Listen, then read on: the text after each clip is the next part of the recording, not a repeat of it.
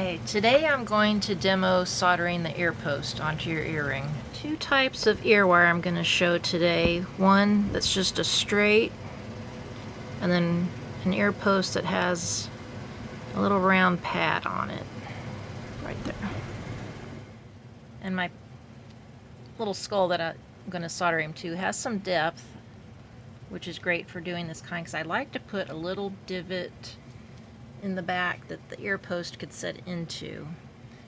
You'll have a much stronger connection that way. I'm going to take a center punch and put a little divot in where I want the ear post to go.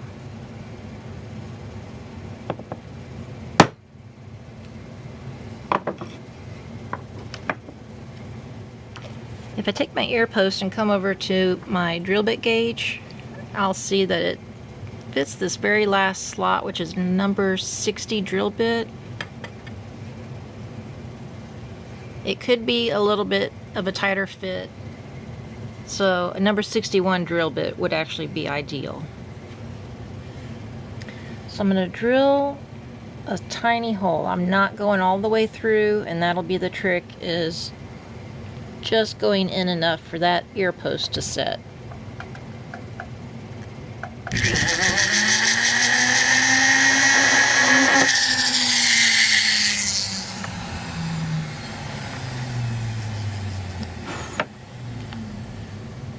And let's check. That's perfect.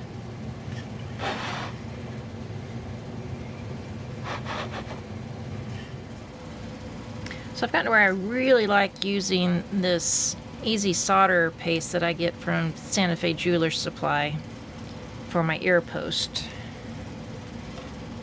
And I just keep a little lid, and I can squirt a little bit out.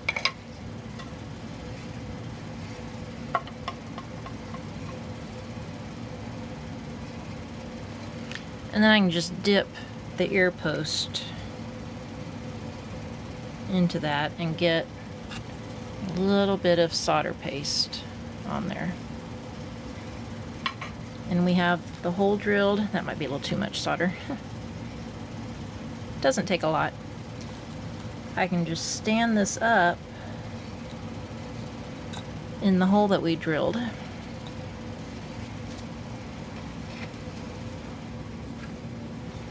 And I'm just going to use a butane torch. I like to use this rather than my large torch, because believe me, you can ruin a piece at this step. And don't worry if you do it, it's gonna happen. I've done it plenty times.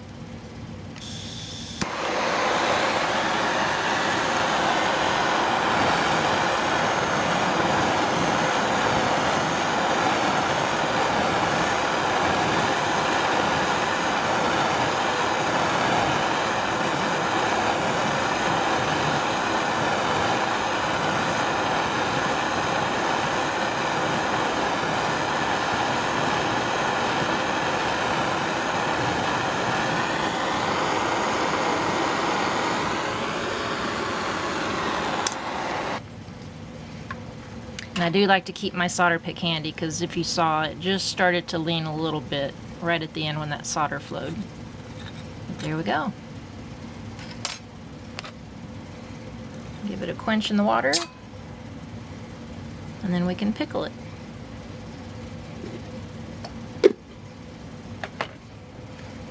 For this piece with the butterflies, and there's some dimension there, I'm going to use this Buttah Block from JoolTool, because you can press pieces into it. So I can take this and just kind of wiggle it around until it's in there, and that makes it nice and flat for me to work on now. And again, I'm going to use the solder paste. I really like this for this last step. And I'm just going to brush a little bit on here. And it's kind of nice too, because it's a little bit sticky, so it's easier to set on there.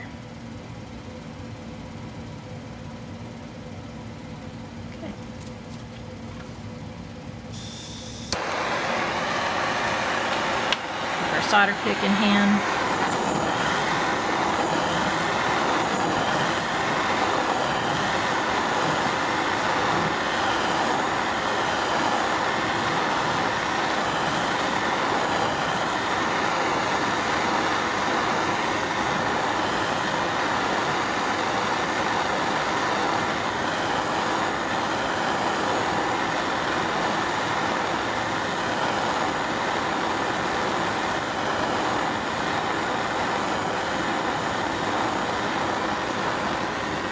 There we go.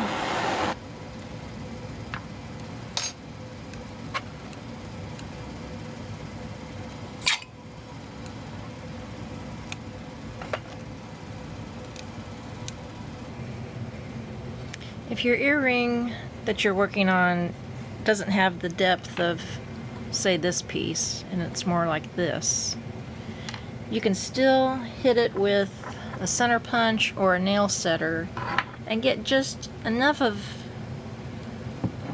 a little dimple in there that your solder can at least kind of pull up into that little divot. Excuse my coffee jitters. But it's nice just to have that little well for your solder to set and your ear post to connect. Oops. Right there. It's just right. And I'll go ahead and take this over to the bench and solder it. So I'm going to dip the ear post into the solder paste. And then I'm just going to keep it in the little vise here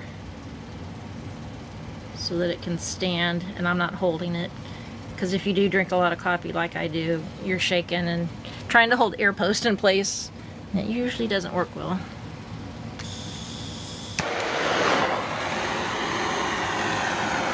I'm just heating up around it. I'll come in once in a while and go across. You can see it getting warm.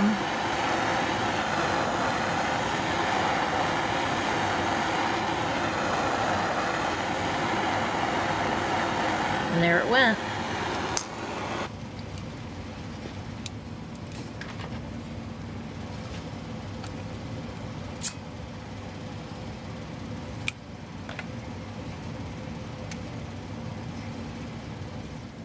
Now that we have the post soldered, we can take a pair of pliers and straighten up the ear wire if it moved a little bit, but you want to grab it and give it a couple of twists. And what this does is work harden the ear wire because it's gotten soft from soldering. So now you've got a really strong ear wire, and because we drilled a little hole into this, it is completely surrounded with solder rather than just sitting on the surface. Super strong. And this one is nice with that post, that pad on there. You can see the solder flow all the way around it, so you know you've got a really strong connection. Just grab it by the end and give it a couple of twists, and that'll work harden it. So there you have two different types of ear wire, ear post, and how to attach them.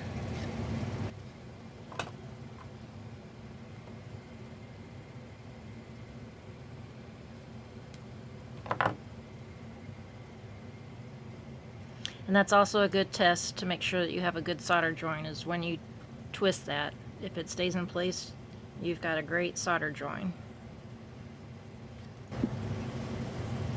If your piece is thin like this, which it probably wouldn't be this thin, you might, if you use that technique, have a little bump to clean up on the front.